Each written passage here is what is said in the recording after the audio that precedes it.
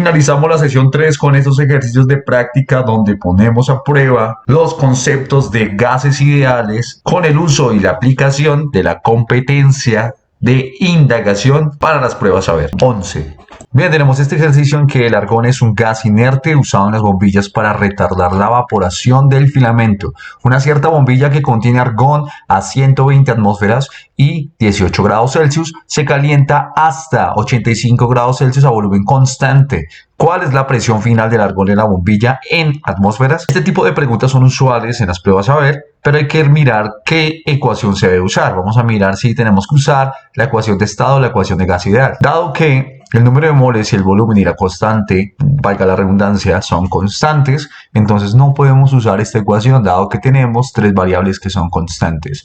Mientras que si miramos, ahí es una relación entre presión y volumen. Es decir, que obtendríamos una constante entre la relación presión-volumen. Estamos hablando de la ley de Gay-Lussac. La ley de Gay-Lussac, al tener un volumen constante, dado que en el ejemplo nos dicen de que ocurre a un volumen constante, tenemos que usar la ley de Gay-Lussac y tenemos presión inicial, tenemos temperatura inicial, no tenemos la presión final, pero sí tenemos la temperatura final. Recuerden que tiene que ser convertida en Kelvin. Ahora, para calcular la presión final va a ser igual a el producto de la presión inicial por la temperatura final dividido entre la temperatura inicial. Reemplazando los datos tendríamos lo siguiente. Cancelando las variables de Kelvin nos daría atmósferas, siendo 1,48 la presión 2 o la presión final. Este otro ejemplo relacionado al componente que es de aspectos físico-químicos de sustancias cuya competencia es la indagación, tenemos a 20 grados Celsius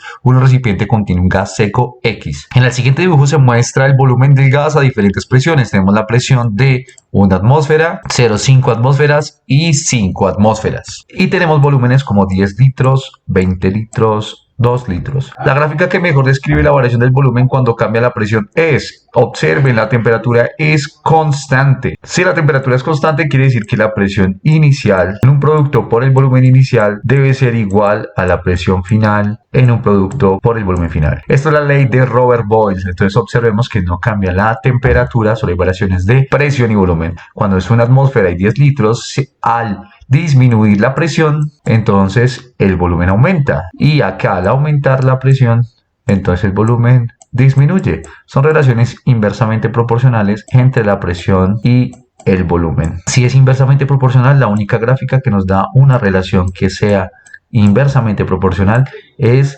la D, siendo la opción correcta. Bien, aquí tenemos ejercicios tipo prueba saber mostrando cómo acostumbran a preguntar este tipo de conceptos usando la competencia de indagación para resolver dichas problemáticas. Hasta luego.